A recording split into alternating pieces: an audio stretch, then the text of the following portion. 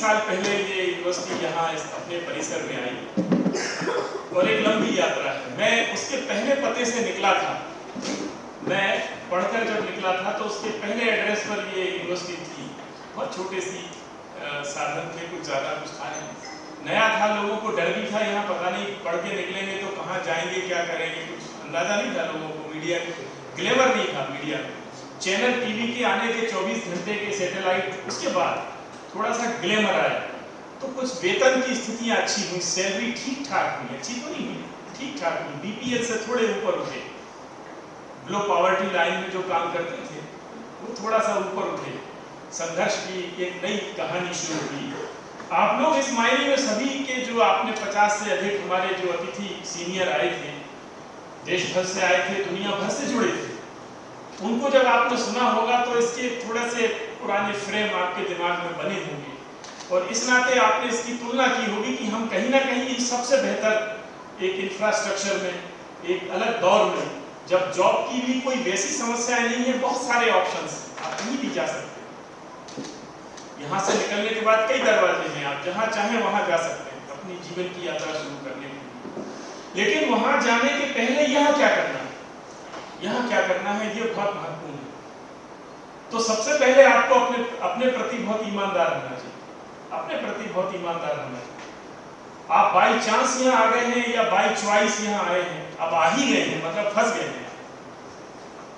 अभी भी अगर आपको लगता है कि यहाँ से निकल बाहर जाने का कोई विकल्प है, रास्ता है, कहीं असमंजस है, कहीं कश्मकश है मन में, कोई कंफ्यूजन है, तो बिल्कुल उसको दूर करें और निकल जाएं, चले जाएं वापस। कोई और कुछ करना चाहते हैं, थोड़ा महीने 2 महीने का, जैसा मैंने कल आपको, आप में से कुछ लोग वहां होंगे कल आखिरी सत्र में, कितने लोग नहीं थे, आपसे अलग से बात करें। तो जो आखिरी सत्र में कल थे उसमें मैंने अपना, शायद कल ही या परसों मैंने एक किस्सा सुनाया था कि डिग्री पूरी करने के बाद जब नौकरी शुरू की थी तो बड़े संकट में पड़ गए थे, पैसे वैसे नहीं मिलते थे, किसी दोस्त के साथ उसके घर में रहते थे तो किराया बचता था, उसी के स्कूटर से प्रेस कॉम्प्लेक्स आ जाते थे तो आने जाने का पैसा बचता था, इसके बाद भी जो मिलता था उससे भी गुजारा नहीं संभव था। तो 3 महीने वैसे संकट में, संकल्प डे 1 से मेरा यह था कि मुझे सरकारी जॉब में नहीं जाना। मेरे परिवार से कुछ अच्छी पोजीशंस में थे, कुछ जज थे, कुछ और अलग अलग पदों पर थे, और उनको ऐसा भ्रम था कि अगर मैं पीएससी की बढ़िया तैयारी करूंगा तो पहले ही अटेम्प्ट में मेरा हो जाएगा, ऐसा उनका भ्रम था, ऐसा मुझे नहीं था। लेकिन मेरी जो पारिवारिक स्थिति थी, मेरे पिता जो है वो एक रेस्टोरेंट चलाते थे छोटे से गांव से, तो मुझे ये लगता था कि अगर मैंने एमएससी की पढ़ाई पूरी कर ली है तो अब मुझे अपने पैरों पे खड़ा होना चाहिए। अब मुझे इनसे लगातार पैसे मांगते हुए कुछ तैयारी के लिए 2-3 साल खपाने नहीं चाहिए। तो मैंने सोचा कि मैं खुद कुछ करूं, पीएससी वगैरह का। मुझे एक डर ये था कि अगर मेरा नहीं हुआ, इनका विश्वास भी हो सकता है, कोई भ्रम ना होगा, लेकिन अगर मेरा नहीं हुआ 2 साल में, 3 साल में, तो मैं क्या करूंगा। तो जो मैं कर सकता हूं केवल मैं उसी दिशा में आगे कदम बढ़ाऊंगा। लेकिन अगर आपकी पारिवारिक स्थितियां कुछ अलग हैं तो आप दूसरे डायरेक्शन में भी विचार कर सकते हैं। तो डे 1 से मेरा संकल्प यह था कि मुझे किसी सरकारी नौकरी में नहीं जाना, लेकिन कुछ हाथ की रेखाओं में कुछ सेवाएं लिखी होंगी कि नहीं तुम्हारी मर्जी, तो चला लो जब तक, लौट कर यहीं आना है। तो 2018 में मुझे इंफॉर्मेशन कमिश्नर के तौर पर बुलाया गया, वो एक सरकारी नौकरी है। कहने का मतलब ये है कि आप अपने लिए कुछ भी तय कर लें, अपने बारे में कुछ भी सोचते रहें, लेकिन आप नहीं जानते हैं कि आपको भेजा किसके लिए गया, आपसे क्या काम ईश्वर लेना चाहता है, क्या आपसे क्या भूमिका आपकी इस जीवन में तय की है किसी अदृश्य शक्ति। तो 2 बातें हैं, एक तो ये कि अगर आप पूरी निष्ठा और अपने समर्पण से जो काम आपने चुना है, बिना दाएं बाएं देखते हुए, जब मैं मीडिया में आया शुरू में तो मेरे गांव के जो स्कूल के सहपाठी थे, बीच बीच में जब मैं जाता था गांव उनके साथ घूमने, रेलवे स्टेशन पे जाता था, तो वो मुझसे पूछते थे कि अच्छा तो कहाँ हैं विजय जी आजकल आप। तो मैं बताता था मैं नई दुनिया में रिपोर्टिंग करता हूँ। तो उन्हें पता नहीं था कि नई दुनिया में रिपोर्टिंग करते हैं तो वहाँ क्या करते होंगे, उन्हें ये पता है कि एक पटवारी गांव में क्या करता है, एक तहसीलदार वहां होता है तो वो क्या करता है, एक थानेदार होता है तो उसका क्या जलवा जलाल होता है, ये पता है। कलेक्टर वलेक्टर को भी कभी देखा होगा तो पता है। तो एक शिक्षक स्कूल में गांव में होते हैं, उनका जीवन कैसा चलता है, पक्की नौकरी, तो उसको उस तरह के जॉब प्रोफाइल तो मालूम थी। लेकिन एक अखबार में कोई रिपोर्टिंग कर रहा है तो क्या करता होगा, उसका काम कैसा चलता होगा। तो वो मुझसे पूछते थे, एक बार एक मित्र ने कहा कि अच्छा वो तो ठीक है, लेकिन और साइड में क्या करते हैं, मतलब पैसा कमाने के लिए और साइड में ऐसा पूछते हैं ना कि आप कुछ कर रहे हैं, अच्छा कुछ साइड में भी कुछ कर रहे हैं। मैंने कहा यार मैं हाईवे पे चल रहा हूं तो मैं साइड वाइड की चिंता नहीं करता।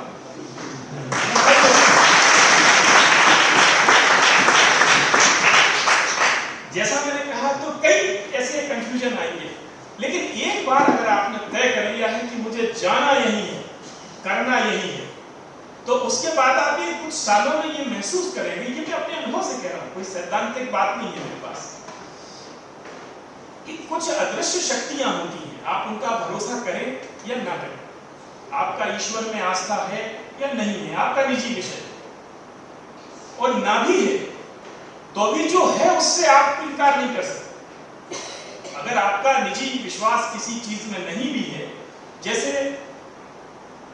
धरती सूरज के चक्कर लगाती है या सूर्य धरती की परिक्रमा करता है, इस बात को लेकर पश्चिम में बड़ा भ्रम रहा। भारत के लोगों को 3000 साल ईसा से पहले पता था कि पृथ्वी ही परिक्रमा करती है सूर्य सौरमंडल में, लेकिन पश्चिम में कुछ उल्टी मान्यताएं थी, या उनके लिए वो सीधी मान्यताएं थी कि नहीं सूरज धरती के चक्कर लगाता है। गैलीलियो के सामने ये प्रश्न आया और उसको तो चूंकि वो धर्म के विरुद्ध बात हो गई थी, उनकी ग्रंथ में तो ये लिखा, और अब वो कह रहा है कि साहब पृथ्वी ही सूर्य के चक्कर लगाती है, तो उसको तो मृत्युदंड जैसी परिस्थिति पैदा हो गई। तो अंत में अपनी जान बचाने के लिए उसने जो कहा वो बहुत महत्वपूर्ण है। उसने कहा कि देखिए साहब आप लोग ऐसी हालत में मुझे ले आए हैं, तो चलिए मैं मान लेता हूं कि धरती ही जो है वो स्थिर है और सूर्य ही उसकी परिक्रमा करता होगा, लेकिन ऐसा कहने से भी जो है वो मेरी बात वो नहीं मानेंगे, वो जो सच है वो तो सच ही। तो आपका इन चीजों में भरोसा ना हो, लेकिन अगर आप अपनी निष्ठा से, पूरे समर्पण से, ईश्वर में बिल्कुल आस्था रखते हुए, जिसमें भी आपका भरोसा है, केवल अपना काम करते हैं और अपने चुने हुए रास्ते पर बिना किसी कंफ्यूजन के आगे बढ़ते हैं, तो आप एक दिन वो पा लेते हैं जिसके बारे में आपने सोचा भी नहीं, मैंने नहीं सोचा। तो जब भी स्टूडेंट्स के बीच में मैं होता हूं तो एक शुभकामना आपको हमेशा देता हूं कि ईश्वर आपके उन सपनों को भी पूरा करे जिनको देखने की सामर्थ्य भी आती है। तो अब करना क्या है? अब बात यह है कि करना क्या है। करना यह है कि जो भी जगह आपने अपने लिए चुन ली, बाई चांस या बाई चॉइस आप आ ही गए तो फंस गए, ऐसा ही सोचकर। जो लोग बाई चॉइस आए हैं वो तो मुक्त हैं अपने चयन को आगे ले जाने के लिए, लेकिन जिन्हें कुछ कंफ्यूजन, दुविधा, कुछ असमंजस, कुछ दोहरा विचार कहीं मन में रहा हो कि यार पापा मम्मी तो कह रहे थे कि वहां चला जाओ, ये यहाँ कहाँ आ गया, मेरे दोस्त तो उधर चले गए, वो ठीक कर रहे हैं, मैं यहाँ पता नहीं क्या करूंगा, ऐसी असमंजस में भी अगर है तो अब इसको दूर कर लो। फंस गए तो उस असमंजस को दूर कर लो, कंफ्यूजन मत रहो, और पूरे मन और प्राण से अपना समय, जितना यहाँ आपके 2 साल या 3 साल जो भी आपका यहाँ पढ़ाई के समय आप आए हैं, उसको पूरे मन और प्राण से यहाँ जियो। तो अपनी हर क्लास को अटेंड करो। कोई 2 स्टूडेंट है, एक ही बैठा है, आप अपनी क्लास में पूरे समय हैं, कोई नहीं है, आप अपनी किताब साथ में रखें। कल मैं एक बस में बैठा था जिससे आप लोग नेहरू नगर की तरफ कोलार रोड वाले रूट में जाते हैं, तो जब वो जा रही थी तो मैं थोड़ी देर, आप में से पता नहीं कोई उनमें होगा, तो मैं ऐसे ही बातचीत करने के लिए, शाम को सब डिपार्चर हो रहे थे तो मैं बस में चला गया। मैंने उनसे कहा जो आखिरी स्टॉपेज से यहाँ आते हैं और जाते समय जिनका अंतिम पड़ाव होता है बस का, तो वो कोई कोलार रोड पर होता है। मैंने पूछा कितनी देर में आप वहाँ सुभाष नगर कहीं पहुँचते हैं, तो बोले 1 घंटा लगता है। मैंने कहा 1 घंटा आने का और 1 घंटा जाने का, आप ड्राइविंग सीट पर तो है नहीं कि स्टीयरिंग पे आपका पूरा फोकस हो, कुछ और नहीं कर सकते, तो आप इस 1 घंटे का उपयोग क्या करते हैं? और क्या करना चाहिए। ये खिड़की के बाहर वही रोज रोज की भीड़ भड़का, सब ट्रैफिक जाम और तमाम नर्क शहर का देखते हुए आना ठीक है, या मोबाइल पर रहना ठीक है। तो एक किताब अपने पास रखें। बस की सीट पर बैठे हो, आधे घंटे का समय है, 4-5 पेज भी पलट लिए तो उस दिन का आपका प्राप्ति हो है, जो आपकी रुचि हो, जिस किताब में, जिस विषय में, जिस लेखक में। तो यहां रहकर सबसे पहले अपनी लाइब्रेरी में जितनी ऑटोबायोग्राफी है सब खोल के पी जाओ। जितनी ऑटोबायोग्राफी, जितनी भी बायोग्राफी महापुरुषों। अब आपकी सिनेमा में रुचि है, जर्नलिज्म में रुचि है, पॉलिटिक्स में थोड़ी बहुत रुचि है, लेकिन सबकी आत्मकथाएं एक जैसी होती है। किसी पर्यावरणविद ने भी लिखी होगी तो उसकी भी वैसी ही होगी जो किसी खिलाड़ी की होगी। संघर्ष जीवन के सबके एक जैसे होते, क्षेत्र अलग अलग हो सकते। उनमें कहीं ना कहीं हमको कुछ ऐसी चीजें मिलती हैं कि वो जिन रास्तों से जा चुके हैं उन रास्तों पर हम अभी चल रहे हैं। वो जिनके बारे में उन्होंने अपने संघर्ष की कोई कहानियां लिखी हैं, हम अभी उसी रास्ते से गुजर रहे हैं। वो कनेक्ट करती है, वो कैसे उन रास्तों से गुजरे, क्या उन्होंने फेस किया, क्या उतार चढ़ाव जीवन में आए, कैसे अच्छे बुरे लोग मिले और उनके बीच में से कोई रास्ता बनाते हुए वो आगे बढ़े। ये आपको बहुत कुछ सीखने को मिलेगा। 10 कक्षाओं की पढ़ाई से जो मिलेगा वो एक आत्मकथा पढ़ने से मिलेगा। इसके अलावा आप लोग जो कि इलेक्ट्रॉनिक मीडिया के हैं तो निरंतर विजुअल्स में सोचना शुरू करें। आपके पास कोई भी शब्द आए तो उसका चित्र सामने पहले होना चाहिए। कि कोई एक पैराग्राफ लिखा, किसी की कोई कहानी पढ़ी, उस कहानी को अगर आप उसको विजुअलाइज करोगे, कैमरा आपके हाथ में होगा, या उसका कोई वॉइस ओवर लिखोगे जिसको कोई टीवी के लिए या स्क्रीन के लिए पढ़ेगा, कोई अच्छी आवाज में, तो क्या होगा। मैंने अपने टीवी पर जब मैं देखता था, अभी तो नहीं देख पाता हूँ, तो मेरे जो प्रिय चैनल रहे हैं वो national geographic, animal planet, discovery, history, ये चैनल में देखता था। और जब वो बोलते थे तो आंख बंद करके केवल सुनता था। अभी भी सुनता हूँ, कभी वॉइस ओवर जब चलते हैं तो मैं उसको सुनता हूँ, देखता नहीं हूँ। स्क्रीन पे क्या चल रहा है वो थोड़ा बीच बीच में देखता हूँ, लेकिन जो वो बोल रहा है, कोई कमल शर्मा की आजकल हिंदी, तेलुगु, तमिल सब में डब हो जाते हैं, मूलतः वो सारी डॉक्यूमेंट्री अंग्रेजी में बनी है, तो उनके वॉइस ओवर आजकल सब डब आते हैं। आप तमिल में चले जाएंगे, चेन्नई के किसी होटल में डिस्कवरी चैनल देखेंगे तो वो तमिल के वॉइस ओवर में चल रहे हैं। तो उनके वॉइस ओवर को आप सुनिए और वो किस तरह से लिखे गए होंगे विजुअल मीडियम के लिए। इस तरह की प्रैक्टिस के लिए, इस तरह की प्रैक्टिस के लिए, उस तरह के वॉइस ओवर लिखना, उस तरह के दृश्यों में जाना। किसी ने कुछ लिखा है उसका वॉइस ओवर में कैसे कन्वर्ट कर सकते हैं, इस तरह के अभ्यास लगातार करते रहो पढ़ाई के साथ में। आपके जितने टीचर हैं यहाँ पर, इनकी मदद लो। ये सब 20-20 साल की एक्सपीरियंस है इनके पास में। जगह जगह के तमाम आप जैसे कई बैच यहाँ से निकले हुए हैं, और ये जितने भी सुपर सितारे अभी 2-3 दिन हमारे बीच में थे, ये सब इन्हीं के छाया में से निकले हुए। इनका जितना अधिकतम उपयोग आप कर सकते हैं क्लासरूम में, कैंपस में, चलते चलते भी, मतलब इतना परेशान कर डालो इन लोगों को कि गेट के बाहर होने तक आप गाड़ी के पीछे दौड़ो कि मैडम ये तो अभी पता ही नहीं था। उनको अच्छा लगे।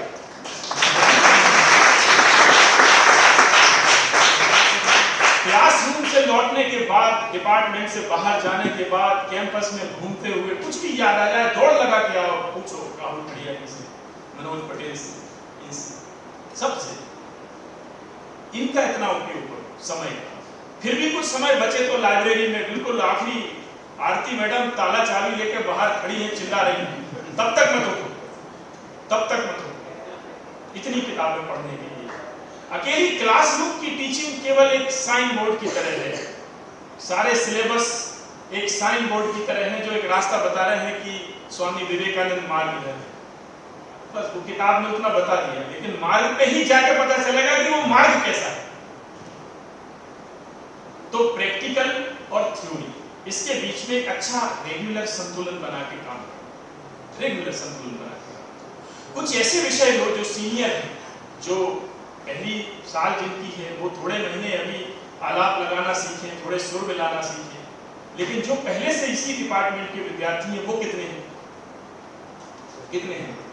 जो पहले से यहाँ है, तो उनको यहाँ की पूरी फ्रीक्वेंसी पर सेट हो गए होंगे, वो उनकी मदद करें जो पहली बार यहाँ आए हैं। आपस में ऐसा एक इक्वेशन बनाओ, आप आपस में, आप सीनियर जूनियर ऐसे आपस में इक्वेशन बनाओ और प्रैक्टिकल पे ध्यान दो।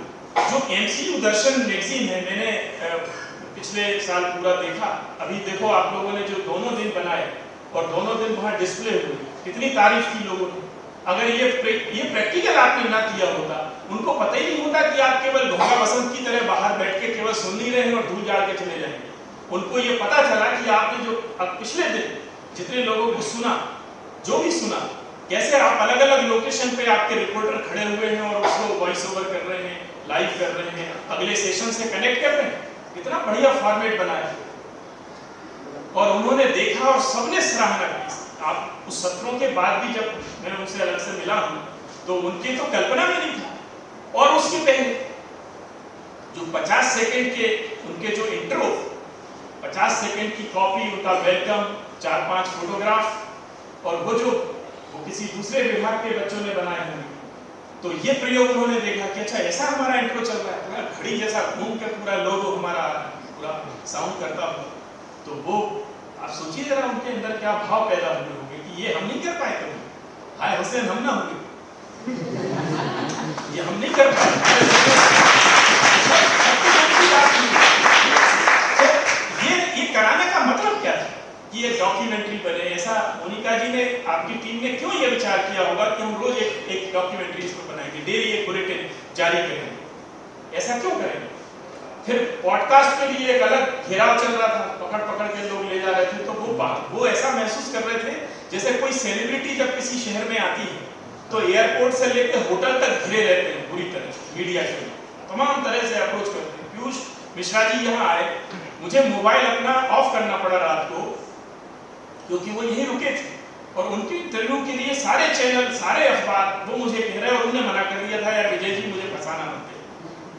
उन्होंने पहले ही तय कर लिया कि मैं केवल आपके स्टूडेंट्स के लिए आ रहा हूँ, मुझे ये मीडिया में कोई रुचि नहीं है। मैं अपना एकांत का एक दिन भोपाल की अच्छी आबो हवा, ठंडक, बारिश के मौसम में पूरा एकांत में बिताना चाहता हूँ, तो मुझे मीडिया के लोगों से मत परेशान कर। फिर फाइनली एकाध कुछ ऐसे मित्र होते हैं क्या, उनके लिए तो मुझे भी रिक्वेस्ट करनी पड़ी। तो वो कहने लगे यार देखो मैं ये सी वादे पे आया, तो फिर मैंने हाथ जोड़े। तो ये जो फीलिंग आपने उनको दी कि कोई विकल्प के लिए बात कर रहा है, कोई आपकी डॉक्यूमेंट्री के लिए, आपकी बुलेटिन के लिए पीछे लगा हुआ है, कोई रेडियो के लिए पीछे लगा हुआ है। वो 10 मिनट 15 मिनट उनको बोलना था वहाँ, 12 मिनट केवल, लेकिन वो अगले 1-1 घंटे तक बोलते रहे, कहीं उधर स्टूडियो में, कहीं रेडियो पर, कहीं विकल्प के लिए, सबको अलग। ये प्रैक्टिकल था, ये आपको इन्वॉल्व करने का उद्देश्य था कि आप लोग इस पूरी मीडिया की प्रोसेस में इन्वॉल्व हो जाओ। केवल बैठ के एक संत महात्मा की कथा चल रही है और वो बड़े बड़े गीता और पुराण और महाभारत और रामायण सब घोल घाल के हजारों साल आपके ऊपर पटक रहे हैं और आप बैठे बैठे सुन रहे हैं, थोड़ी झपकी भी ले ली बीच में जब तक भजन चले। तो ऐसा है, हमारा एक इन्वॉल्वमेंट होना चाहिए, 2 वे कम्युनिकेशन। इस प्रयोग के लिए ये सारा अभ्यास किया गया। और अगर आपने ये ना दिखाया होता और मंच से जो लोग संचालन कर रहे थे वो पढ़ देते कि आप XYZ हैं, आप इधर इधर रहे हैं, ये पढ़ा, ये किया, वो सुन लेते अपना परिचय जैसा कि होता है। लेकिन आप उसको विजुअल फॉर्म में लेके आए। हम एक ऐसी यूनिवर्सिटी है जहाँ सारे माध्यम, हमें एक विराट रूप में हमारा हर रूप दिखाई पड़ना चाहिए। तो ये उद्देश्य था। तो ये देखिए, ये 3 दिन का सारा अभ्यास और इसकी पूरी परिकल्पना और उसका पूरा क्रियान्वयन, एग्जीक्यूशन जो हुआ, ये सब आपको एक टेम्पलेट की तरह, एक टेम्पलेट आपको 3 दिन की मिल गई। तो अब पूरे साल के आखिरी पेपर के एग्जाम तक जो मई जून में कभी होंगे और अभी पहले सेमेस्टर के आपके दिसंबर में हो जाएंगे, तो आपको जैसा कि मैंने कहा कि आपके सारे टीचर्स परेशान हो जाएं कि यार ये कहाँ से आ गए। ये ऐसा होगा नहीं, वो बड़े खुश होंगे, बड़े खुश होंगे। आप शनिवार रविवार को भी पीछा मत छोड़ो।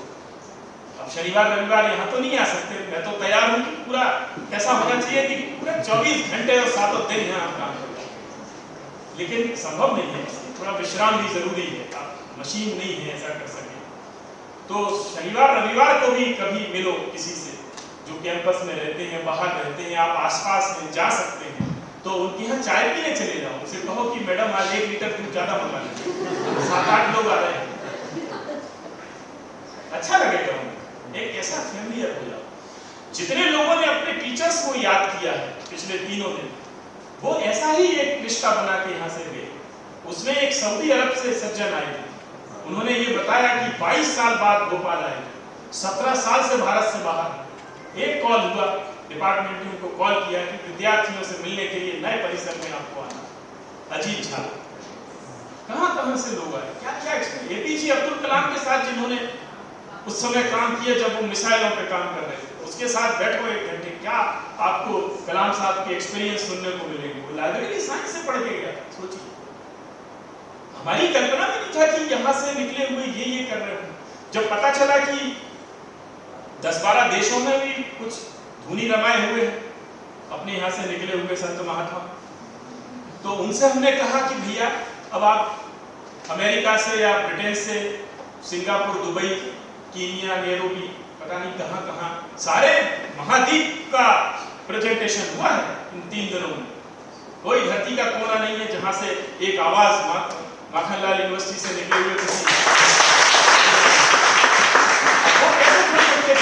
तो हमने कहा कि भैया 3-3 मिनट के इनके वीडियो होगा, 3.5 मिनट का भी ना हो, सेशन लेट नहीं होना चाहिए, 3 मिनट मैक्सिमम, और उसमें वो थोड़ा अपने बारे में बता दें और थोड़ा सा आप लोगों के लिए एक कॉम्प्लीमेंट्स करें, वेलकम करें आपके लिए। एक रह गया, एक आईएएस बना जो, तो कल मैंने उसको भी शिकायत मंच से की और उसको भी चिट्ठी लिखने वाला हूँ, मेरा सीनियर है।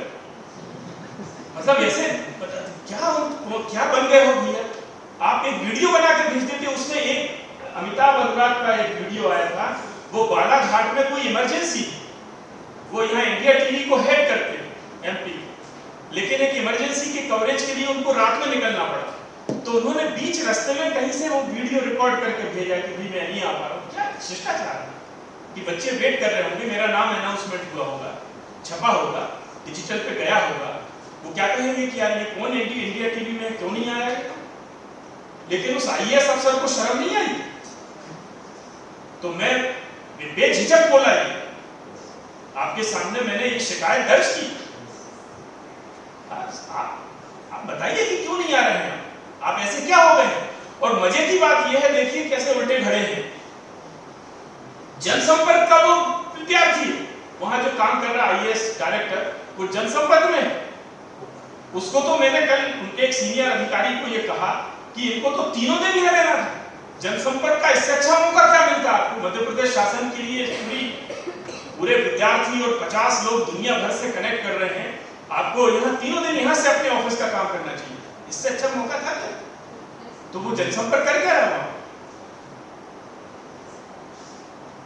तो कहने का मतलब ये है, यहाँ आप आ गए हो तो अपनी भूमिका के साथ न्याय करो, अपने साथ न्याय करो, और जब ऐसा आप करोगे तो यहाँ आप जिस भी उद्देश्य से आए हो, अगर वो उद्देश्य धुंधला भी है तो साफ हो, आप वहां जरूर पहुंचेंगे।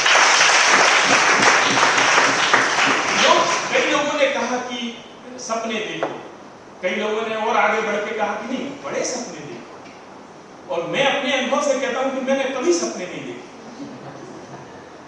कभी मैंने कभी कल के बारे में नहीं सोचा कि कल क्या होगा।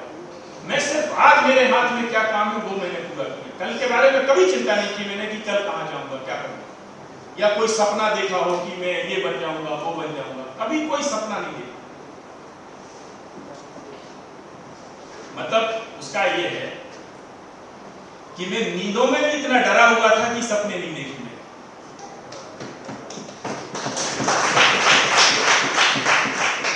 तो जब आप इतनी मासूमियत के साथ आगे बढ़ते हैं तो आप क्या समझ रहे हैं कि कोई जमीन, कोई आधार अपने हाथों में रखता है, कोई शक्ति आपको थामती, कोई शक्ति आपको थामती है, धूप में आपके ऊपर छाया, और वो मैंने महसूस किया पूरे कैरियर। इसलिए मैंने कल के बारे में नहीं सोचा, मुझे मालूम था कि सब ठीक चल रहा है, मैं सही जगह जा रहा हूं। और बाकी की चीजें जो पर्सनल लाइफ की है, मैं ये भी नहीं कहूंगा कि उसमें बहुत बड़े आदर्शों पे जियो, जो करना है करो, जो करना है करो, अपने बुद्धि विवेक का इस्तेमाल जरूर करो। कोई निषेध नहीं है, सृष्टि की हर चीज उपयोग के लिए। अपने बुद्धि विवेक का इस्तेमाल करो कि मेरे स्वास्थ्य के लिए क्या चीज हानिकारक है, वो मेरे को नहीं है। मुझे किस दिशा में जाना है, कितना आगे बढ़ना है, कितना आगे नहीं बढ़ना, इन सब चीजों की एक निरंतर सावधानी रखते हुए, क्योंकि हम एक ऐसे समाज में हैं जहां बहुत सारे शिकारी घूम रहे हैं।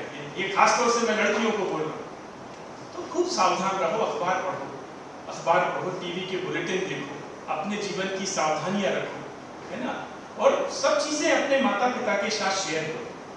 कोई भी चीज ऐसी है, आपके अच्छे दोस्त हैं, बताओ उनको, मेरे इतने अच्छे नया दोस्त हुआ। तो इस तरह से 3 साल 2 साल ऐसे ही पंख लगा के निकल गए। ये जो कल आए थे 30-30 साल ऐसे ही उड़ गए।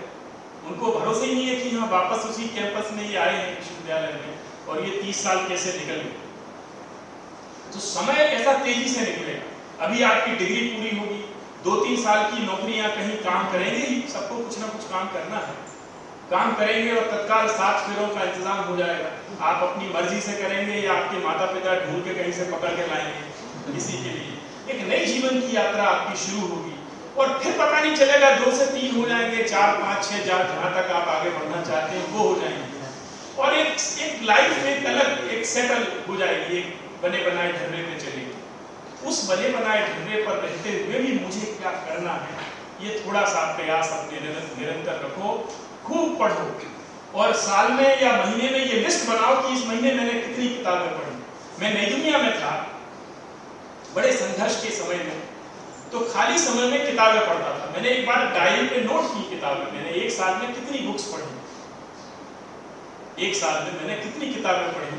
तो साल के अंत में मेरे पास 56 किताबों की सूची थी, 56। अब एक साल में 52 सप्ताह होते हैं, केवल 52 वीक्स होते हैं। तो मैंने एक किताब, मतलब एक हफ्ते में 1 से अधिक किताब पढ़ी। और वो उस साल मैंने जितने उर्दू के लेखक हैं उसमें भी कुछ भी नहीं पढ़ा कि कभी जो मिल गया पढ़ लिया, नहीं, जो मिल गया वो नहीं, जो मेरी चॉइस क्या है, मैं क्या पढ़ना चाहता हूँ वो। तो उस साल मैंने ये जो 56 किताबें पढ़ी, ये वो किताबें थी जो उर्दू के लेखकों की थी, पाकिस्तान के, भारत के जो उर्दू के कहानीकार हैं, उपन्यासकार हैं, आत्मकथाएं जिनकी हैं, उसमें जावेद अख्तर से लेकर तहमीना दुर्रानी तक सबको मैंने पढ़ा। इस्मत चुगताई से लेकर इंतजार हुसैन तक सबको मैंने पढ़ा। और उनको पढ़ के मैंने थोड़ा उस समय में भाषा पे कुछ काम कर रहा था। मैं कोई साहित्य नहीं पढ़ रहा था, साहित्य तो ठीक है, उपन्यास ही पढ़ रहा था, लेकिन मैं अपनी भाषा में कुछ ला रहा था, कोई चीज लिखने में। मैं तो रिपोर्टर था, सिटी रिपोर्टर, उसके लिए कौन सी भाषा का विद्वान होना जरूरी। लेकिन नहीं, अगर मेरे लिखे हुए कोई शब्द अखबार में छप रहे हैं और उसमें कभी कभार मेरा नाम भी बाईलाइन में छप रहा है, तो एक एक शब्द की जिम्मेदारी मेरी। वो किसी कौन कितना पढ़ा, किसने कहा, अगले दिन समोसा बिका या पोहा पैक होके चला गया उस अखबार में, वो अलग बात है। लेकिन मेरा लिखा हुआ अगर कोई शब्द किसी अखबार के फ्रंट पेज की कोई स्टोरी बन रहा है, तो मेरे लिए उस दिन लिखी गई वो मेरी गीता है, मेरे लिए उस दिन लिखी गई मेरी गीता है, मेरा इतिहास है। और आपको एक और बात बताऊं, सिटी रिपोर्टिंग के पहले दिन की सिटी रिपोर्टिंग से लेकर मेरी आखिरी रिपोर्ट जब भी अखबार में छपी होगी पिछली, वो सारी रिपोर्टें मेरी फाइलों में आज भी रखी हुई हैं, एक भी मिस नहीं है, जिनका कोई मतलब नहीं है। कोई पब्लिक प्रॉब्लम थी, कहीं मैंने कुछ लिख दिया था, कोई लोकल कुछ एक स्टोरी थी जिसका 10 दिन बाद भी कोई रिलेवेंस नहीं है, वो भी मेरी फाइलों में रखी है। आज मैं सोचता हूँ मैं कहाँ ले जाऊँगी, क्या करूँगी।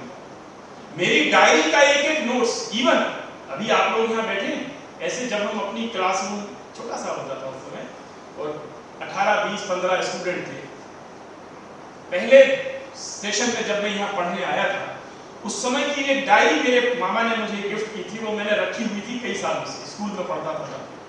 और यहाँ मैंने उस डायरी को नोट्स बनाने के लिए आज भी क्लास टीचर्स के डेट और टाइम, 10:30 उस दिन की डेट, कमल दीक्षित सर का कोई पीरियड है, या तिरखा साहब की कोई क्लास है, या अंबा प्रसाद श्रीवास्तव पढ़ाने हिंदी आए हैं, या विवेक रंजन अग्निहोत्री के पिता प्रभु दयाल अग्निहोत्री जो इतिहास, दर्शन और संस्कृति के बारे में कभी कभी लेक्चर करते थे, या अरुण शौरी की कोई स्पेशल क्लास, उनके सारे नोट्स मेरे पास आज भी, वो डायरी मेरे पास सुरक्षित रखी है।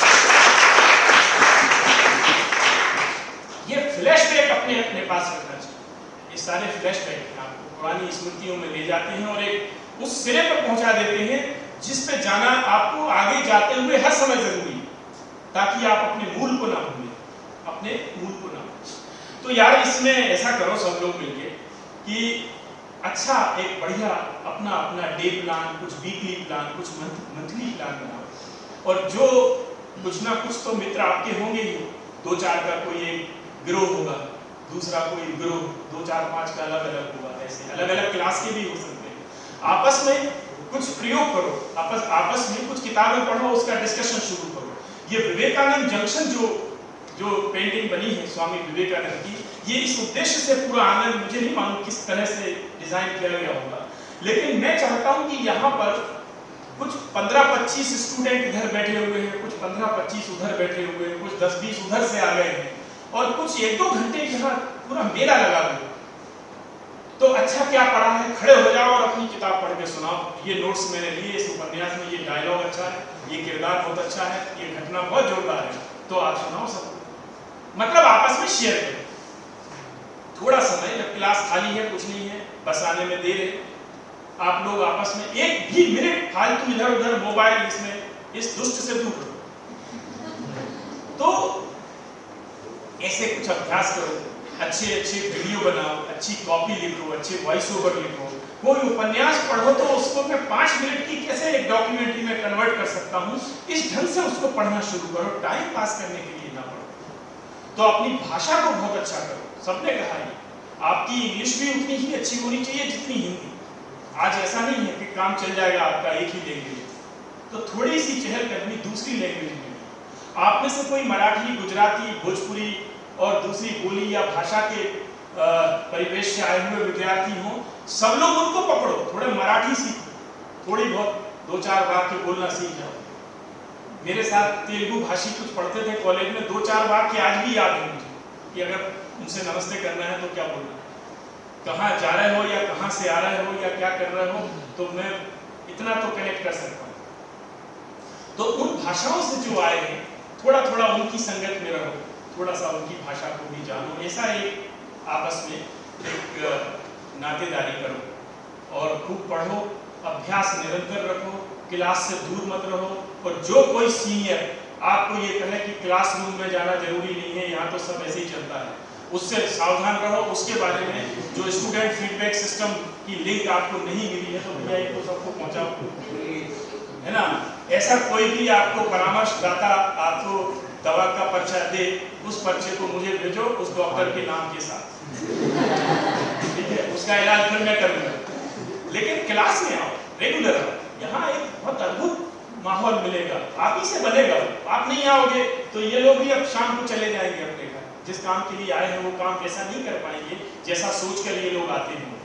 तो अपनी स्टूडियो में भरा रहे, लाइन लगी हुई, कुछ ना कुछ करते हैं। एमसीक्यू दर्शन के बारे में एक आखिरी 2 मिनट दूंगा। मैंने पिछले साल जो इनकी वर्किंग है देखी, बहुत अच्छा उसका कैंपस का कवरेज था और मैंने जितने एपिसोड देखे तो मेरा एक आइडिया उसमें था, उसको आगे बढ़ाओ, आप लोग आगे बढ़ाओ। उसमें आइडिया ये था कि उसके 2 हिस्से करो एमसीक्यू दर्शन जो अपनी बुलेटिन है। एक तो कैंपस एपिसोड कि कैंपस में 3 दिन ये हुआ, आपने 12 मिनट की दोनों दिन बनाई, बहुत लाजवाब काम। एक टीम ये करे, इसमें फर्स्ट ईयर के स्टूडेंट कैंपस को संभाले। ये सिटी रिपोर्टिंग जैसा एक छोटा और छोटे कैनवास का काम हो गया, छोटे पर्दे की पिक्चर हो गई, बड़े बजट की मूवी नहीं है, ठीक है। तो कुछ लोग कैंपस का कोई इवेंट नहीं है तब भी बनाना है, तो क्या बनेगा, तो किसी दिन कहीं भी खड़े होकर आप जरा कुछ भी कह सकते।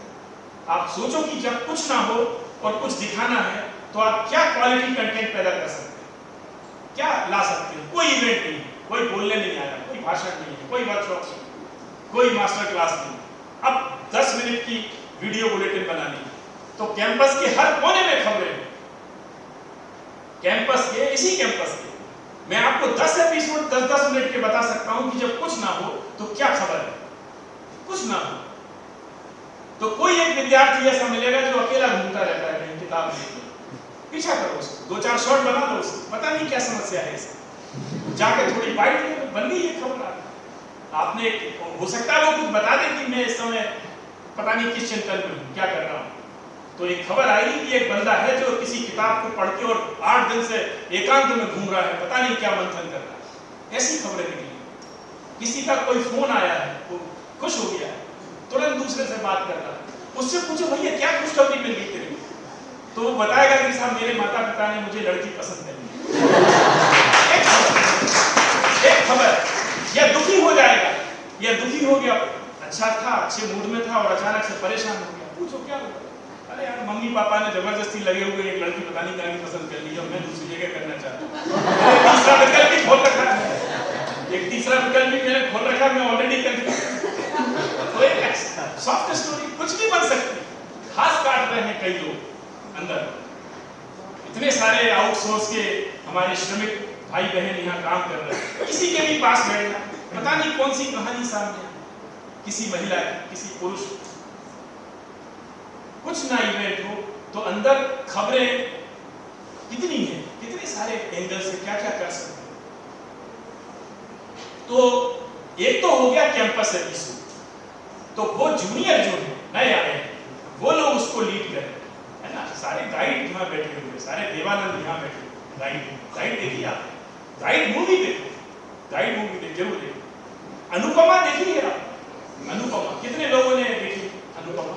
YouTube पर उसका बहुत ही लाजवाब प्रिंट है, सारा कुछ बंद करके रात को सोने के पहले उसका हेमंत का म्यूजिक सुनना, वो म्यूजिक सुनते हुए आपको क्या अंदर से कौन सा स्रोत झरना खुलेगा और क्या बहेगा मालूम नहीं। मनोरंजन के लिए मत देखो। अनुराग फिल्म देखो, ऋषिकेश मुखर्जी, अनुराग, विनोद मेहरा की एक्टिंग की जो सामर्थ्य है वो बड़ी सीमित है, बहुत कुछ ज्यादा उसका स्कोप नहीं था। विनोद मेहरा को कितने लोग याद कर पा रहे हैं? एक हीरो था 70s, अरे आप तो दादा साहब खा लिए, आप तो सब दादा साहब खा लिए। विनोद मेहरा एक बहुत ही खूबसूरत हीरो था, 70 के दशक की उसकी बड़ी ज्यादा उसको काम नहीं मिला, उसका बहुत ही सीमित सामर्थ्य थी उसके पास। लेकिन ऋषिकेश मुखर्जी ने अनुराग नाम की पिक्चर में उसका जो बेस्ट, उस जैसे बहुत ही, जिसके पास बहुत लिमिटेड सामर्थ्य अभिनय, लेकिन उस सीमित साधन उसके अंदर जो थे ईश्वर ने दिए थे अभिनय की क्षमता बहुत सीमित, उसका बेस्ट निकाला है एक ही पिक्चर अनुराग। और उसकी हीरोइन जो है वो नेत्रहीन है, अंधी है, देख नहीं सकती कुछ, आखिरी में उसकी आंखें आए, उसको कोई डोनेट करता है, बहुत ही भावुक पिक्चर, देखो उसके गाने सुनो, आंख बंद करके देखो पिक्चर, आंख बंद करके देखना क्या होता है, देखो। तो ये क्या है, ये इमेजिनेशन के लिए जरूरी है। जैसे मैंने कहा कि मैं वॉइस ओवर जब टीवी पे सुनता हूं तो मैं सुनता हूं, देखता नहीं हूं, स्क्रीन पे नहीं देखता, मैं सुनता हूं, और मेरे वो जो मैं सुन रहा हूं उसको मैं पढ़ने की कोशिश करता हूं कि ये लिखा हुआ कैसा होगा, इसका वॉइस ओवर किसी ने लिखा होगा, ये तो आवाज में सुना ही पड़ता है, लेकिन कॉपी कैसी होगी इसकी, इतना उसमें जाओ। तो इससे आपकी जो कल्पनाशीलता है, जो इमेजिनेशन की पावर है, आप देखेंगे कि 15 दिन में आप कुछ उड़ान भरने लगे, पंख जो है बड़े हो गए, उड़ान भरने लगे। ये अभ्यास की बात है, ये मनोरंजन की बात नहीं है। मैंने 2-3 फिल्मों के नाम बता दिए, तो समय काटने के लिए कुछ नहीं करना है, आप मोबाइल को उठाएं, कुछ भी लिंक पे जाएं, कोई डिस्कोर्स, कोई भी यूट्यूब चैनल, कोई गाना, जो भी आप पसंद करते हैं, ये समय काटने के लिए नहीं, समय काटने के लिए है ही नहीं है, मिला ही नहीं है हमको कि हम काट दें कहीं जाके गपशप कर रहे। तो ये सारे, तो दूसरा एक तो सिटी अपना कैंपस एपिसोड हो गया, जिसको जो जूनियर है, जो नए आए हैं, वो रियाज करेंगे उसका। कहानियां नहीं समझ में आए कि यार कुछ 15 दिन अगले कुछ है नहीं, कोई इवेंट नहीं है, तो क्या बना है, मेरे पास आ जाओ, चाय साथ में मिलेगी, हो सकता है पोहा भी मिल जाए, सब इकट्ठे बता। लेकिन 10 मिनट की मैं 10 स्टोरी बता दूंगा कि 1-1 मिनट के क्या क्लिप बनाओ आप, और 2 दिन में बन जाएंगे, मुझे विश्वास है कि आप 2 दिन में बना लेंगे। और दूसरा उसका लाइए आप एक सिटी एपिसोड, एक हो गया कैंपस एपिसोड MCU दर्शन का, उसका नाम ही बदले पहले से आ रहा है, तो एक उसका कैंपस एपिसोड हो गया, एक टीम उसमें लगी हुई है।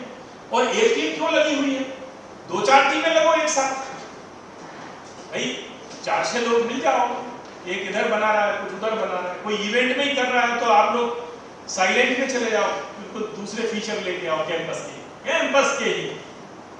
और एक आओ सिटी एपिसोड पर, उसमें थोड़ा सीनियर जो लोग 1 आध साल 2 साल थोड़ा काम कर चुके हैं, अनुभव है जिनका, वो लोग सिटी एपिसोड में आओ। तो सिटी के 10 एपिसोड प्लान करो, लेकिन उसका कॉन्सेप्ट नोट बनाओ।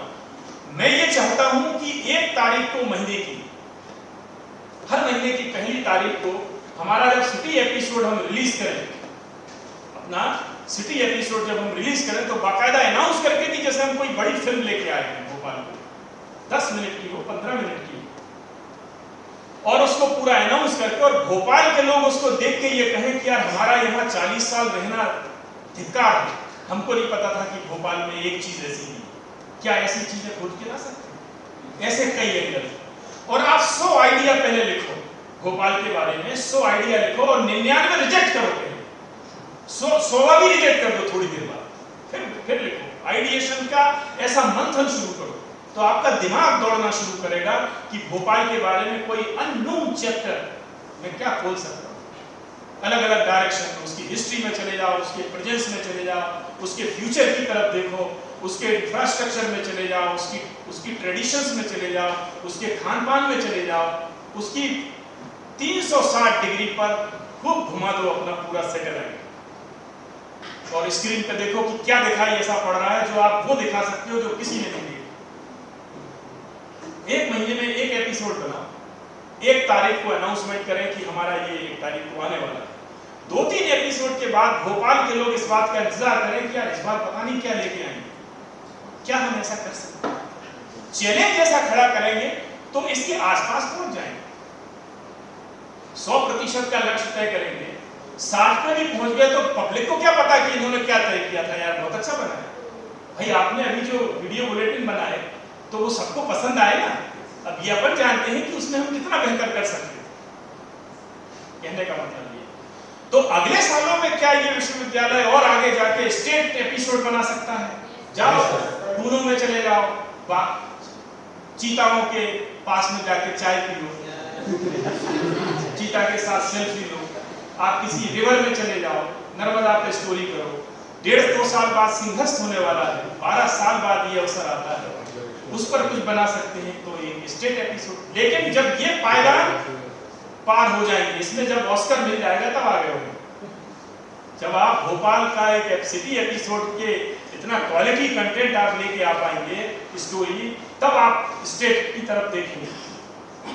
मैं ये चाहता हूं कि इसके बाद कोई इंडिया एपिसोड, कोई भारत का, एक देश का एक संस्करण बना सकते हैं क्या?